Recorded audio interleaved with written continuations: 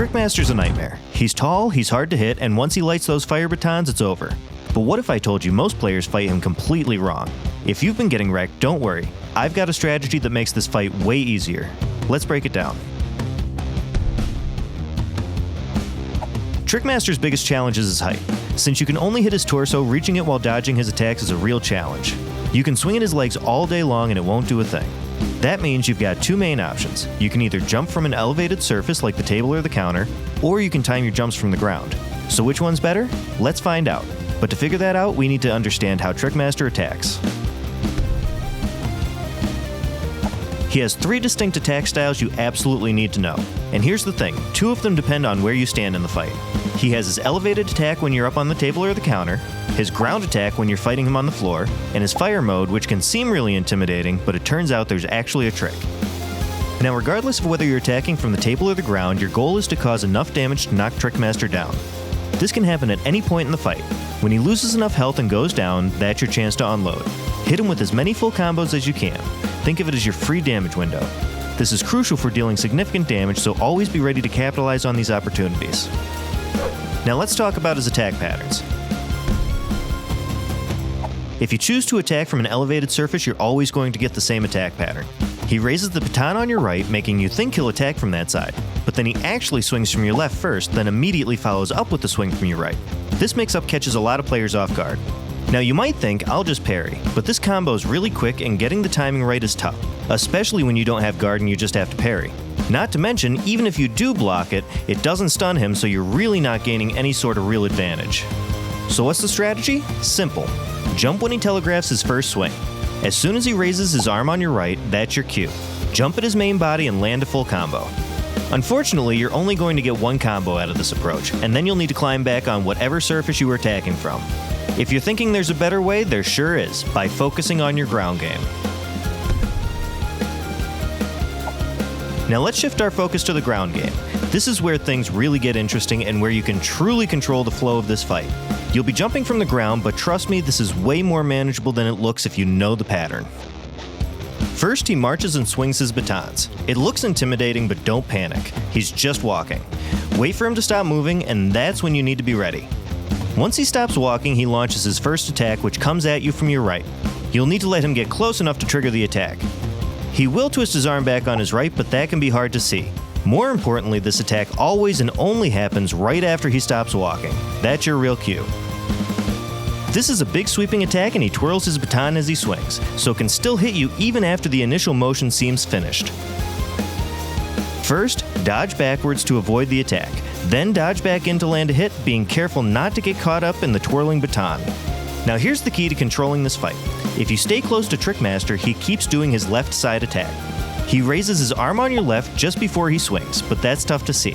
He also picks up his foot on the right, which is great for keeping track of the rhythm of the attacks. That's your cue to stop attacking and get ready to dodge. Dodge to your left and get behind his heel. He'll totally miss you and you'll be perfectly positioned to attack. Jump, land a couple hits, and then dodge left again. As long as you stay close and don't let him walk, you can keep him in this attack loop forever. Mastering this attack loop is the key to victory. It allows you to control Trickmaster's movements, deal consistent damage, and essentially dictate the pace of this fight. He'll only break the cycle to go light his batons, which we certainly want to avoid. This ground strategy is powerful, but it's not the whole story. We still need to talk about fire mode. It may seem scary now, but I'm going to show you how to make it much less intimidating. Fire mode is dangerous, but the best way to deal with it is to prevent it in the first place. The moment Trickmaster stops walking towards you and starts heading to the stove, you need to move. Run to the stove and use Blizzard to shut it down. This is the easiest way to handle fire mode, by stopping it before it starts.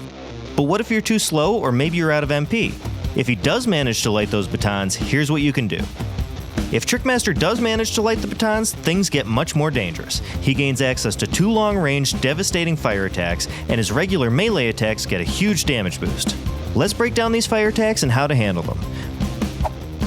First up, the bigger fireball. For the big fireball, Trickmaster will telegraph the attack by raising both arms in a Y shape. This is your cue. The fireball itself is big and slow moving, but it will track you, making it difficult to dodge. You have two main options here. You can try and hit the fireball back at Trickmaster for some tech points, or you can use the environment to your advantage. Quickly position yourself behind the table or chair. These make excellent cover and will absorb the fireball's impact. Just be sure to position yourself carefully so the cover fully protects you. Rapid fire is a completely different story. Trickmaster will telegraph this one with a small jump just before unleashing a barrage of fireballs. These fireballs are fast and track you, making them difficult to dodge. While blocking them is possible, it can be tricky because of their speed. Your best bet here, just like with the big fireball, is to use the environment to your advantage. Position yourself behind the table or chair for cover. Remember, correct positioning is key to ensure the cover fully protects you from the rapid fire. So we've talked about using cover to protect yourself from fireballs.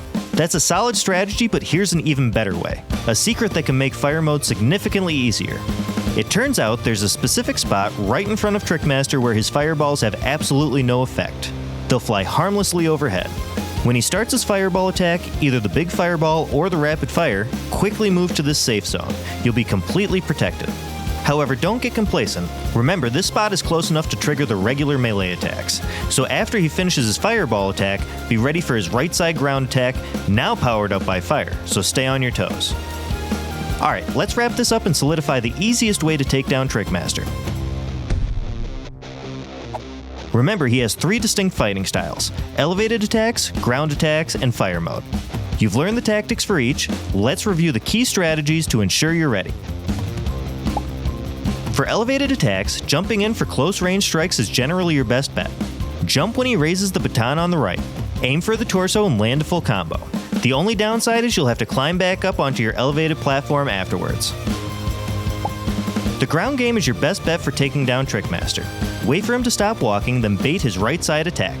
Dodge backwards to avoid the swing, then dodge back in to land a hit. Stay close after this attack to trigger his left side attack, then dodge behind his heel and wait for a counterattack. Repeat this loop to control the fight. Fire mode is dangerous, but the best way to deal with it is to prevent it in the first place. Use Blizzard on the stove when Trickmaster heads for it. If he does ignite his batons, use the safe zone right in front of him to avoid fireballs. You could also use the table or the chairs, but position yourself carefully. Remember, his melee attacks are stronger in fire mode, so don't get complacent. And that's all there is to it.